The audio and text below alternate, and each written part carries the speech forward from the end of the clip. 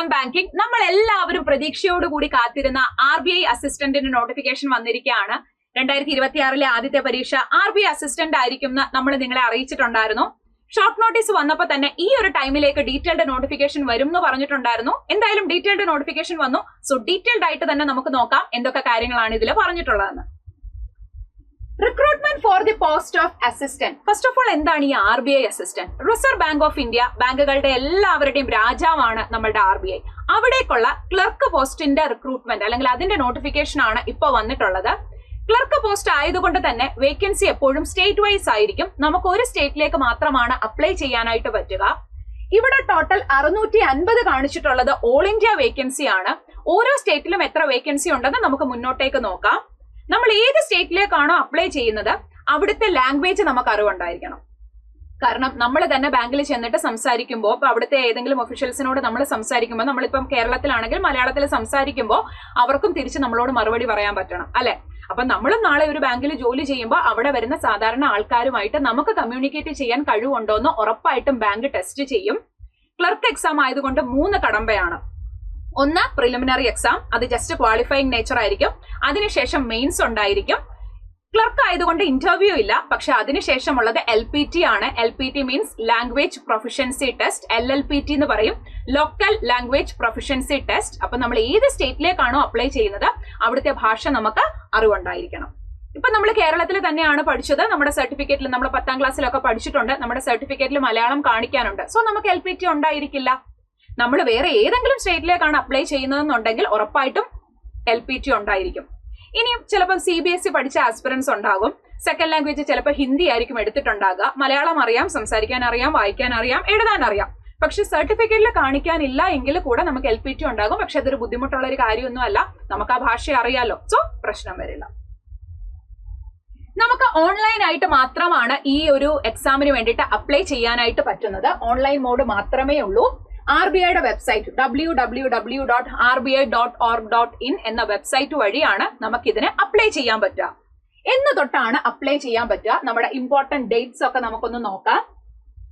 Online application start ചെയ്യുന്നത് ഫെബ്രുവരി 16 ഫെബ്രുവരി 16 തൊട്ട് March 8 വരെയാണ് നമുക്ക് ഓൺലൈൻ ആയിട്ട് അപ്ലൈ ചെയ്യാൻ പറ്റുന്നത്. ഈ ഒരു ടൈമിൽ തന്നെ നമ്മൾ എന്ത് ചെയ്യണം? ഫീയും അടയ്ക്കണം. ഫീയും ഓൺലൈൻ മോഡ് തന്നെയാണ്. ഈ ഒരു ടൈമിൽ മാത്രമാണ് നമുക്ക് ഫീയും അടയ്ക്കാനായിട്ട് പറ്റുക. നമ്മൾ ഫീ പേയ്മെന്റും കൂടെ നടത്തിയെങ്കിൽ മാത്രമേ ഓൺലൈൻ ആപ്ലിക്കേഷൻ പ്രോസസ്സ് കംപ്ലീറ്റ് ആയിരിക്കത്തുള്ളൂ. ഇതിനുശേഷം ഒരു എഡിറ്റ് വിൻഡോ ഓപ്പൺ ആകും. മാക്സിമം നമ്മൾ അയക്കുന്ന സമയത്ത് ഒരു തെറ്റ് വരുത്താതെ, ഒട്ടും തെറ്റ് വരുത്താതെ നിങ്ങൾ അപ്ലൈ ചെയ്യുക. ഇനി അഥവാ എന്തെങ്കിലും ഒരു തെറ്റ് വന്നാൽ ഇതിനുശേഷം ഈ മാർച്ച് 8 ശേഷം അവരൊരു ഡേറ്റ് പറയും. ആ ഒരു സമയത്തേക്ക് നമുക്ക് എഡിറ്റ് ചെയ്യാനായിട്ട് പറ്റും. അതെന്താണെന്നുള്ളത് ബാങ്കിന്റെ വെബ്സൈറ്റിലൂടെ നമുക്ക് അറിയാൻ പറ്റും. നമ്മളും നിങ്ങളെ അറിയിക്കുന്നതായിരിക്കും. അതിനുശേഷം നമ്മൾ ഏറ്റവും നോക്കുന്നത് എന്നാണ് എക്സാം. ഏപ്രിൽ 11 പ്രിലിമിനറി എക്സാം വരുന്നത്. മെയിൻസിന്റെ എക്സാം വരുന്നത് ജൂൺ 7 അപ്പൊ ഏപ്രിൽ 11 ഇന്ന് തൊട്ട് നമ്മളൊന്ന് നോക്കി കഴിഞ്ഞാൽ ഒരു 50 ഡേയ്സ് എന്തായാലും നമുക്കുണ്ട്, അല്ലെ? അപ്പൊ ആഞ്ഞു പിടിച്ചാൽ ഉറപ്പായിട്ടും ഈ 50 ദിവസം കൊണ്ട് നമുക്ക് എന്ത് ചെയ്യാൻ പറ്റും? എക്സാം ക്രാക്ക് ചെയ്യാൻ പറ്റണം. നമുക്ക് നോക്കാം. ഇനി എല്ലാവരും നോക്കുക, എത്രയാണ് വേക്കൻസി?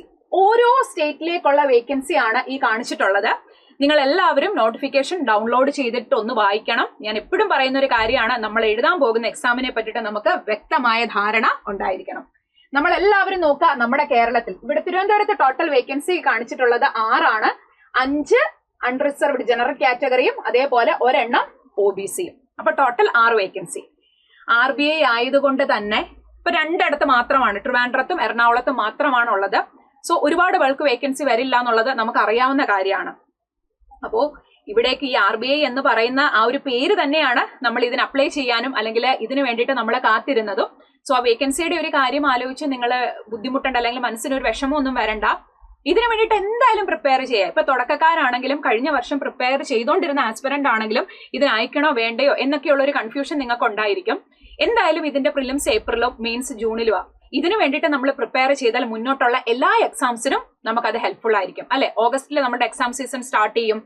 എന്തായാലും സെപ്റ്റംബർ ഫസ്റ്റ് വീക്കിന് SBI ക്ലർക്ക് ഉണ്ട്. RBI അസിസ്റ്റന്റ് എന്ന് പറയുന്നത് ഭയങ്കര ഈസി ആയിട്ടുള്ള ഒരു എക്സാം ആണ്. പക്ഷെ കട്ട് ഓഫ് ഹൈ ആയിരിക്കും. അപ്പൊ നമ്മളെ ആ റേഞ്ചിലേക്ക് നമ്മൾ കൊണ്ടുവരുമ്പോൾ മുന്നോട്ട് വരുന്ന എല്ലാ എക്സാംസിനും അത് നമുക്ക് ഹെൽപ്ഫുൾ ആയിരിക്കും. ഓക്കെ, ഇനി നിങ്ങൾക്ക് ചെന്നൈ, തമിഴ്നാട്, ചെന്നൈ അയക്കണം എന്നുണ്ടെങ്കിൽ അവിടെ ടോട്ടൽ വേക്കൻസി 53 വരുന്നുണ്ട്.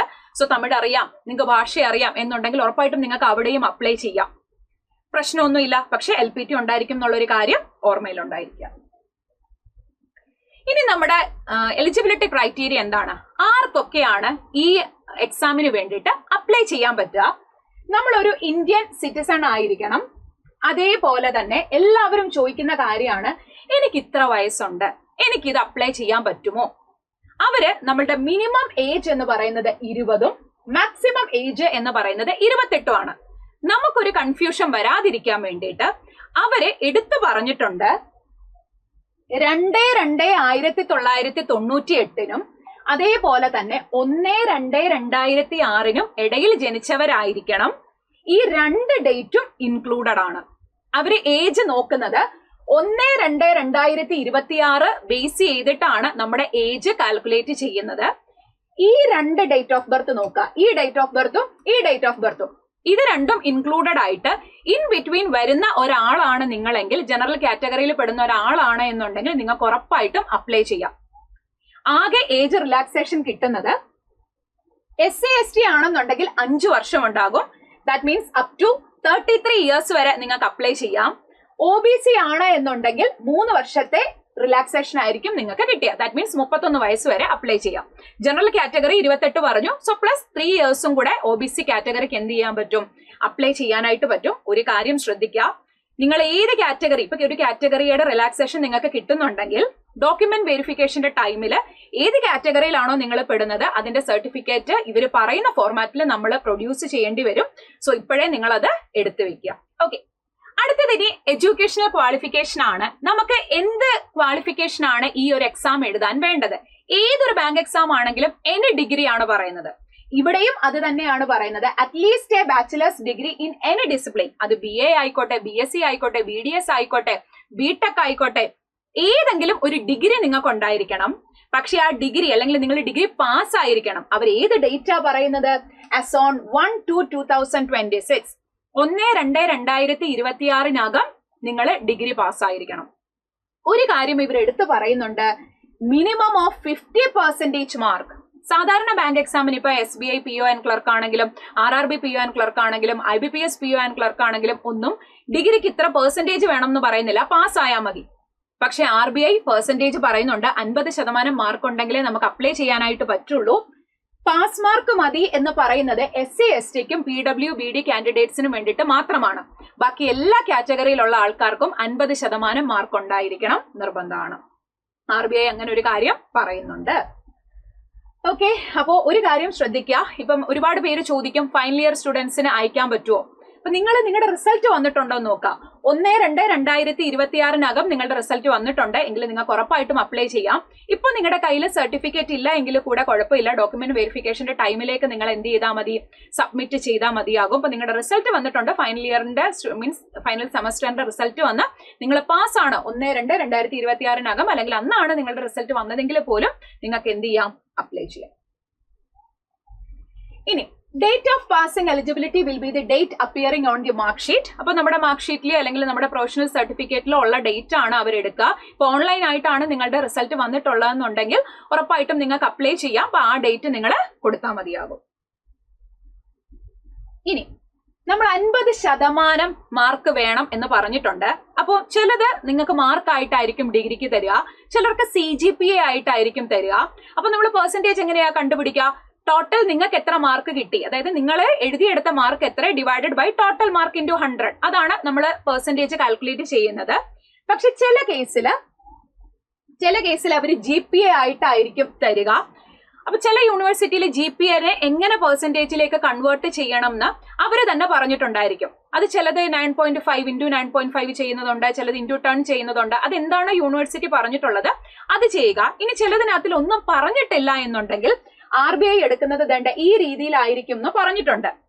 GPA 5.75 ഉണ്ടെങ്കിലാണ് അവർ 50% ആയി കണക്കാക്കുക. അപ്പൊ ഇനി നിങ്ങൾക്ക് പെർസെന്റേജ് ഇല്ല, GPA മാത്രമേ ഉള്ളൂ എന്നുണ്ടെങ്കിൽ 5.75 താഴെയാണ് എന്നുണ്ടെങ്കിൽ നിങ്ങൾക്ക് അപ്ലൈ ചെയ്യാൻ പറ്റില്ല. ആ ഒരു കാര്യം ശ്രദ്ധിച്ചോണം. 6.75 ആണെങ്കിൽ 60%, 6.25 ആണെങ്കിൽ 55. നമ്മുടെ ക്രൈറ്റീരിയ 50% അതുകൊണ്ടാണ് ഞാൻ ഇത് എടുത്ത് പറഞ്ഞത്. നിങ്ങളുടെ GPA 5.75 മുകളിലാണ് എന്നുണ്ടെങ്കിൽ ഒരു പ്രശ്നവുമില്ല. ഓക്കെ, 5.75 തൊട്ട് നിങ്ങൾക്ക് എന്ത് ചെയ്യാം, 50% വെച്ചിട്ട് നിങ്ങൾക്ക് അപ്ലൈ ചെയ്യാം. പിന്നെ ഒരു കാര്യം കൂടെ ശ്രദ്ധിച്ചേ, നമ്മുടെ ഈ പെർസെന്റേജിന്റെ കാര്യം പറഞ്ഞപ്പോ ഇപ്പൊ നമ്മൾ ചിന്തിക്കും 49.99% എന്ന് പറയുമ്പോൾ അത് 50 ആണല്ലോ. അങ്ങനല്ല, അവരെടുത്ത് പറയുന്നുണ്ട് 49.99% will be treated as less than 50%. Correct 50% ഉണ്ടായിരിക്കണം. ഈ പോയിന്റ് വരുമ്പോൾ അത് 50% ആണെന്ന് നമ്മൾ അസ്യൂം ചെയ്യാനായിട്ട് പാടില്ല. സോ ആ പെർസെന്റേജ് കാൽക്കുലേറ്റ് ചെയ്യുമ്പോൾ കറക്റ്റ് 50% ഉണ്ടോ എന്നുള്ളൊരു കാര്യം നിങ്ങൾ ഉറപ്പുവരുത്തുക. ഓക്കെ, ഇനി നമ്മുടെ എക്സാമിനേഷന്റെ സ്കീം എങ്ങനെയാണ്, നമ്മുടെ എക്സാമിനേഷൻ പാറ്റേൺ എങ്ങനെയാണ്? നമ്മൾ പറഞ്ഞു ക്ലർക്ക് ആയതുകൊണ്ട് തന്നെ ഒരു പ്രിലിംസ് എക്സാമും ഉണ്ടാകും, മെയിൻസ് എക്സാമും ഉണ്ടാകും. ഈ 2 കടമ്പ മാത്രമാണ് ഉള്ളത്. അപ്പൊ നമ്മുടെ സാധാരണ ബാങ്ക് എക്സാമിന്റെ തന്നെ പാറ്റേൺ ആണ്. പ്രിലിംസ് എക്സാമിന് 3 subject, English, numerical ability and reasoning. English 30 question, 30 marks and 20 minutes. 30 question, ഓരോ ക്വസ്റ്റ്യൻ ഓരോ മാർക്ക്, 30 മാർക്ക്, ഓരോ ക്വസ്റ്റ്യൻ ഓരോ മാർക്ക്. നമ്മൾ പറഞ്ഞതുപോലെ അതിൽ 20 മിനിറ്റ്സ്. ഇപ്പൊ ആദ്യമായിട്ട് ബാങ്ക് എക്സാമിന് വേണ്ടിയിട്ട് ഇപ്പൊ ആദ്യമായിട്ട് എഴുതാൻ പോകുന്ന പരീക്ഷ RBI അസിസ്റ്റന്റ് ആണ്, തുടക്കക്കാരാണെങ്കിൽ എന്തുകൊണ്ടാണ് ഈ 20 മിനിറ്റ്സ് കൊടുത്തിരിക്കുന്നത് എന്ന് വിചാരിക്കരുത്.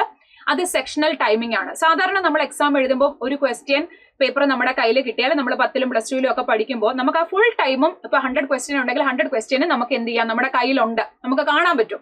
ബാങ്ക് എക്സാമിന് അങ്ങനല്ല, സെക്ഷണൽ ടൈമിംഗ് ഉണ്ട്. ഇപ്പൊ ആദ്യം ഇംഗ്ലീഷ് സെക്ഷൻ ആണെങ്കിൽ ഈ 30 ക്വസ്റ്റ്യൻ ആൻസർ ചെയ്യാൻ ആദ്യത്തെ 20 മിനിറ്റ് മാത്രമേ നിങ്ങൾക്ക് കിട്ടുള്ളൂ. That is what is sectional timing. അതിനുശേഷമാണ് numerical ability, 35 question, 35 mark, 20 minute. അതേപോലെ നമ്മുടെ ന്യൂമറിക്കൽ എബിലിറ്റി നമ്മുടെ മാത്സ് ആണ്. ദെൻ റീസണിങ്ങിനും മാത്സിനും ഒരേ വെയിറ്റേജ് ആണ്, 35 ക്വസ്റ്റ്യൻ. ഇംഗ്ലീഷ് ആണ് 30.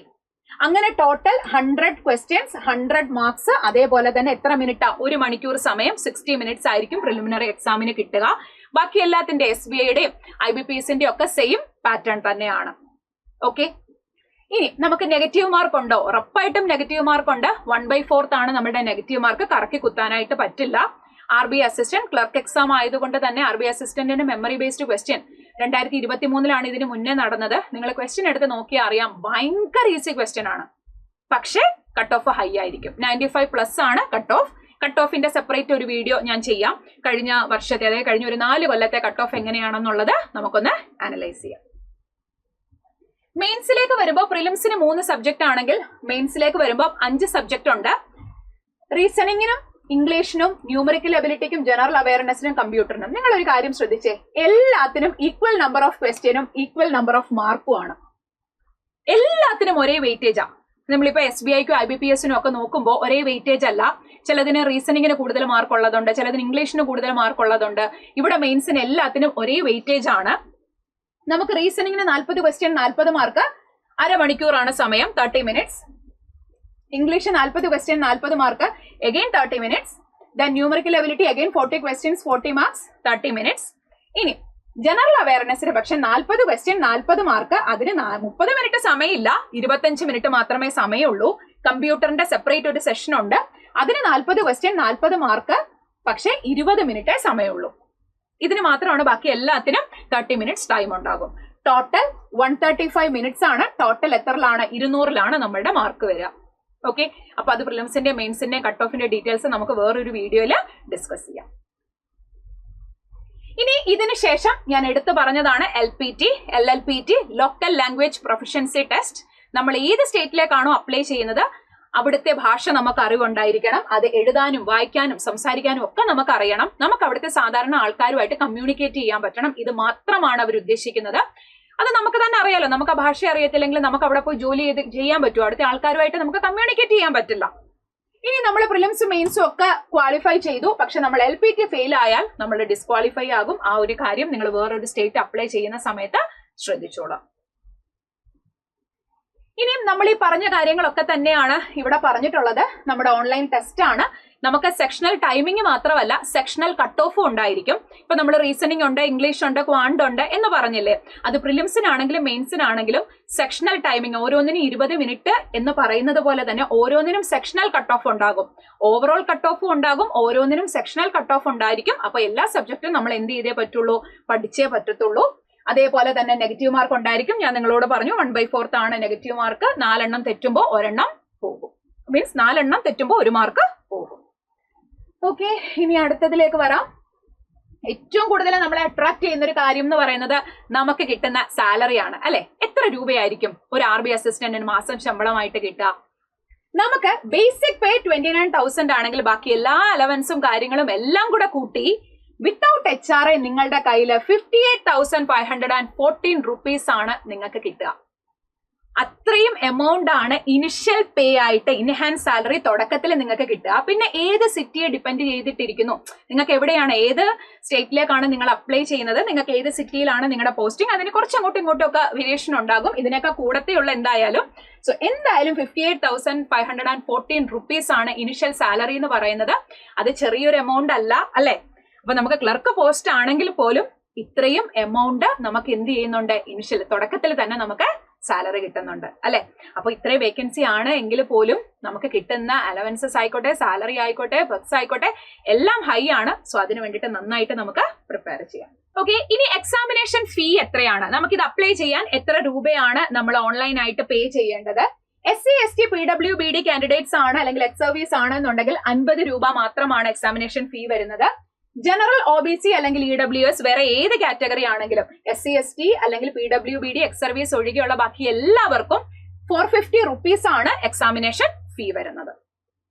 അത് നമുക്ക് നല്ലൊരു കാര്യമാണ് അല്ലെ. സാധാരണ നമുക്ക് ബാങ്ക് എക്സാമിന് 850 rupees ആണ്, ഇത് 450 മാത്രമേ നമുക്ക് ഉള്ളൂ. ഓക്കെ, ഇനി SC ST OBC അല്ലെങ്കിൽ EWS കാൻഡിഡേറ്റ്സ് നമ്മളിപ്പം ഏത് കാറ്റഗറി ആണോ നമ്മൾ സെലക്ട് ചെയ്യുന്നത്, നമ്മൾ ഡോക്യുമെന്റ് വെരിഫിക്കേഷന്റെ ടൈമിലേക്ക് നമ്മൾ അതിന്റെ സർട്ടിഫിക്കറ്റ് ഉറപ്പായിട്ടും കൊടുക്കേണ്ടി വരും. അതുകൊണ്ട് നിങ്ങൾ ആ കാറ്റഗറി ഏത് കാറ്റഗറി ആണോ അത് തെറ്റാതിരിക്കാൻ മാക്സിമം ശ്രദ്ധിക്കുക. പിന്നെ നിങ്ങളുടെ കയ്യിൽ അതിന്റെ സർട്ടിഫിക്കറ്റ് ഉണ്ടായിരിക്കണം. അത് ബാങ്ക് ഏത് ഫോർമാറ്റിലാണോ പറയുന്നത് ആ ഫോർമാറ്റിൽ തന്നെ നിങ്ങളിപ്പം EWSന്റെ ആയിക്കോട്ടെ അല്ലെങ്കിൽ നിങ്ങൾ OBC നോൺ ക്രീമിലെയർ സർട്ടിഫിക്കറ്റ് ആയിക്കോട്ടെ അത് നിങ്ങൾ എന്ത് ചെയ്യണം, ഇപ്പോഴേ എടുത്തു വെക്കുക. നമുക്ക് ഓൾമോസ്റ്റ് 1 year വാലിഡിറ്റി ഉണ്ട്.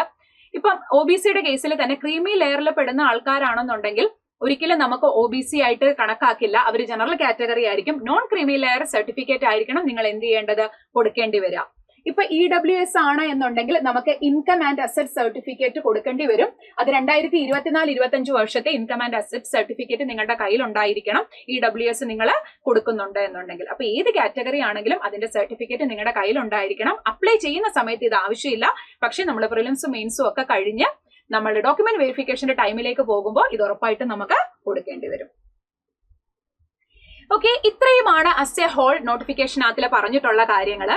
ഇപ്പൊ ഒരുപാട് പേര് ഇത്രയും വേക്കൻസി ആണ് ഇനി ഇത് അയക്കണോ അങ്ങനെയൊക്കെയുള്ള ഒരു കൺഫ്യൂഷനും ടെൻഷനും ഒക്കെ ഉണ്ടായിരിക്കും. ഞാൻ നേരത്തെ പറഞ്ഞത് മാത്രമാണ് എന്റെ മറുപടി. നമ്മൾ നന്നായിട്ട് പ്രിപ്പയർ ചെയ്യുക. RBI എന്ന വേർഡ് തന്നെ നമ്മൾ ഈ എക്സാമിന് വേണ്ടിയിട്ട് കാത്തിരുന്നത് അതുകൊണ്ട് തന്നെയാണ് അല്ലെ. റിസർവ് ബാങ്ക് ഓഫ് ഇന്ത്യ ഏതൊരു ബാങ്ക് എക്സാം ആസ്പിറന്റിന്റെയും ഡ്രീം ആണ് അവിടെ ജോലി ചെയ്യുക എന്നുള്ളത്. 2023 ഇതിന് മുന്നേ വന്നത്. ഇപ്പൊ 2 വർഷം കാത്തിരുന്നിട്ടാണ് ഇപ്പൊ 2026 വന്നത്. ഇനി എന്നാണ് വരുന്നത് നമുക്ക് അറിയില്ല. ഇയർലി ഉള്ള ഒരു എക്സാം അല്ല. സോ നന്നായിട്ട് പ്രിപ്പയർ ചെയ്യാം. ഇതിന് നമ്മൾ അടിപൊളിയായിട്ട് പ്രിപ്പയർ ചെയ്യുമ്പോൾ മുന്നോട്ടുള്ള എക്സാംസിനെല്ലാം അത് ഹെൽപ്ഫുൾ ആണ്. അപ്പൊ ആ ഒരു കാര്യം നിങ്ങളുടെ മനസ്സിലുണ്ടായിരിക്കുക. അപ്പൊ നമ്മുടെ കൂട്ടത്തില് സൈലന്റ് ബാങ്കിങ്ങിനോടൊപ്പം നിങ്ങൾക്ക് ചേർന്ന് പഠിക്കാവുന്നതാണ്. ഇപ്പൊ കഴിഞ്ഞ വർഷം പ്രിപ്പറേഷനിലുള്ള ഒരുപാട് ആസ്പിറൻസ് ഉണ്ടാവും. അവരെന്തായാലും നിർബന്ധമായിട്ടും RBI അസിസ്റ്റന്റിന് അയക്കണം. അപ്പൊ അവർക്ക് വേണ്ടിയിട്ട് ഇപ്പൊ നിങ്ങൾ കഴിഞ്ഞ വർഷം പ്രിപ്പറേഷനിലുള്ളവരാണ്, ചിലപ്പോൾ പ്രിലിംസ് കിട്ടിയിട്ടുണ്ടായിരിക്കും, അല്ലെങ്കിൽ പ്രിലിംസ് കിട്ടാത്തവരുണ്ടായിരിക്കും, മെയിൻസ് കിട്ടിയവരുണ്ടാകും, കിട്ടാത്തവരുണ്ടായിരിക്കും. അപ്പൊ നിങ്ങൾക്ക് ഒന്നും കൂടെ പഠിച്ചതെല്ലാം ഒന്ന് റിവൈസ് ചെയ്യണം. എല്ലാ എക്സാംസിനും പ്രാക്ടീസ് വേണം. അപ്പൊ അവർക്ക് വേണ്ടിയിട്ട് എക്സ്ക്ലൂസീവ് ആയിട്ടുള്ള നമ്മളുടെ ബാച്ചാണ് ഓൺലൈൻ റിപ്പീറ്റേഴ്സ് ബാച്ച്. പ്രിലിംസ് ആണെങ്കിലും മെയിൻസ് ആണെങ്കിലും എല്ലാ സബ്ജക്റ്റിന്റെയും എല്ലാ ടോപ്പിക്കും നമ്മൾ 1 റൗണ്ട് കവർ ചെയ്ത് 2024 കംപ്ലീറ്റ് എക്സാമിന്റെയും പ്രിലിംസിന്റെയും മെയിൻസിന്റെയും പ്രാക്ടീസ് സെറ്റ് നിങ്ങൾക്ക് പ്രൊവൈഡ് ചെയ്യുന്നതായിരിക്കും. അതുകൂടാതെ ഇന്റർവ്യൂ ആൻഡ് ഗ്രൂപ്പ് ഡിസ്കഷനുള്ള ഒരു സപ്പോർട്ട് നിങ്ങൾക്ക് ഉണ്ടായിരിക്കും. സോ അങ്ങനെയുള്ളവർക്ക് നമ്മുടെ ഓൺലൈൻ റിപ്പീറ്റേഴ്സ് ബാച്ചിൽ ജോയിൻ ചെയ്യാവുന്നതാണ്. ക്ലാസ് സ്റ്റാർട്ട് ചെയ്തു, പക്ഷെ എല്ലാത്തിന്റെയും റെക്കോർഡഡ് സെഷൻസ് നിങ്ങൾക്ക് അവൈലബിൾ ആയിരിക്കും. 1 year ആണ് നമ്മുടെ കോഴ്സിന്റെ വാലിഡിറ്റി വരുന്നത്. നിങ്ങൾക്ക് എന്തെങ്കിലും ഡൗട്ട് ഉണ്ടെങ്കിൽ നിങ്ങൾക്ക് വേണ്ട ഈ ഒരു നമ്പറിൽ കോൺടാക്ട് ചെയ്യാവുന്നതാണ്. ഇത് റിപ്പീറ്റേഴ്സുകാർക്കാണ്. നിങ്ങൾക്ക് അത്യാവശ്യം ഒരു ബേസ് ഉണ്ട്. കഴിഞ്ഞ വർഷം എക്സാം ഒക്കെ എഴുതിയ പരിചയമുള്ളവർക്ക് വേണ്ടിയിട്ടാണ് ഓൺലൈൻ റിപ്പീറ്റേഴ്സ് ബാച്ച്. അപ്പൊ ഈ കൂട്ടത്തിൽ തുടക്കക്കാരുണ്ടാവും. ഞങ്ങൾ തുടക്കമാണ്, ഞങ്ങൾക്കൊന്നും അറിയില്ല, ഞങ്ങൾക്ക് ബേസ് മുതൽ പഠിക്കണം, അങ്ങനെയുള്ളവർക്ക് വേണ്ടിയിട്ടാണ് നമ്മള് ബാങ്ക് റെഗുലർ ബാച്ച്. ഇവിടെയും ക്ലാസ് സ്റ്റാർട്ട് ചെയ്തു, പക്ഷേ കഴിഞ്ഞുപോയ ക്ലാസ്സസിന്റെ എല്ലാം റെക്കോർഡഡ് സെഷൻസ് നിങ്ങൾക്ക് അവൈലബിൾ ആണ്. 1 year ആണ് നമ്മുടെ കോഴ്സിന്റെ വാലിഡിറ്റി വരുന്നത്. സോ ബേസ് മുതൽ പഠിക്കാനാണെങ്കിൽ നിങ്ങൾക്ക് ഈ ഒരു ബാച്ചിൽ ജോയിൻ ചെയ്യാവുന്നതാണ്. ഇനി ഓഫ്ലൈൻ ആയിട്ടാണ് പഠിക്കാൻ താല്പര്യം എന്നുണ്ടെങ്കിൽ നമുക്ക് കോഴിക്കോട് ഓഫ്ലൈൻ ക്ലാസ്സസ് ഉണ്ട്. നമ്മൾ തന്നെയാണ് ക്ലാസ്സസ് എടുക്കുന്നത്. നിങ്ങൾക്ക് എന്തെങ്കിലും ഓൺലൈൻ ക്ലാസ്സിൽ അല്ലെങ്കിൽ മീൻസ് ഓഫ്ലൈനിലേക്കുള്ള എന്തെങ്കിലും ഒരു ഡൗട്ട് ഉണ്ടെങ്കിൽ നിങ്ങൾക്ക് വേണ്ട ഈ ഒരു നമ്പറിൽ കോൺടാക്ട് ചെയ്യാം. ഓക്കെ, ഇനി നമ്മുടെ എക്സ് സർവീസിന് വേണ്ടിയിട്ട് മാത്രം എക്സ്ക്ലൂസീവ് ആയിട്ട് എക്സ് സർവീസ് ആസ്പിറൻസിന് വേണ്ടിയിട്ട് മാത്രം നമ്മളൊരു ബാച്ച് ലോഞ്ച് ചെയ്തിട്ടുണ്ട്. മിഷൻ സൈനിക് ബാങ്കർ 2.0. കഴിഞ്ഞ വർഷവും നമ്മൾ ഇവർക്ക് വേണ്ടിയിട്ട് മാത്രം ഒരു ബാച്ച് ലോഞ്ച് ചെയ്തിട്ടുണ്ടായിരുന്നു. ഇപ്പൊ അടുത്ത വർഷമാണ് റിട്ടയർമെന്റ്. പക്ഷെ ഇപ്പോഴേ പഠിച്ചു തുടങ്ങണം. നമ്മൾ ഒരു ദിവസം മാക്സിമം 2 മണിക്കൂർ മാത്രമായിരിക്കും ക്ലാസ്സസ് നിങ്ങൾക്ക് പ്രൊവൈഡ് ചെയ്യുന്നത്. അതുകൊണ്ട് തന്നെ നിങ്ങൾക്ക് ആ ഒരു ടൈം അഡ്ജസ്റ്റ് ചെയ്ത് ക്ലാസ്സസ് കാണാനായിട്ട് പറ്റും. സോ ഇപ്പോഴേ തന്നെ പ്രിപ്പറേഷൻ സ്റ്റാർട്ട് ചെയ്യുക. എല്ലാവരോടും എനിക്ക് പറയാനുള്ളത്, ഇന്ന് തൊട്ട് പ്രിപ്പറേഷൻ തുടങ്ങിക്കൊള്ളുക. ഇനി നമ്മുടെ മുന്നിൽ ഒരു 50 ദിവസമുണ്ട്. So wish you all the very best.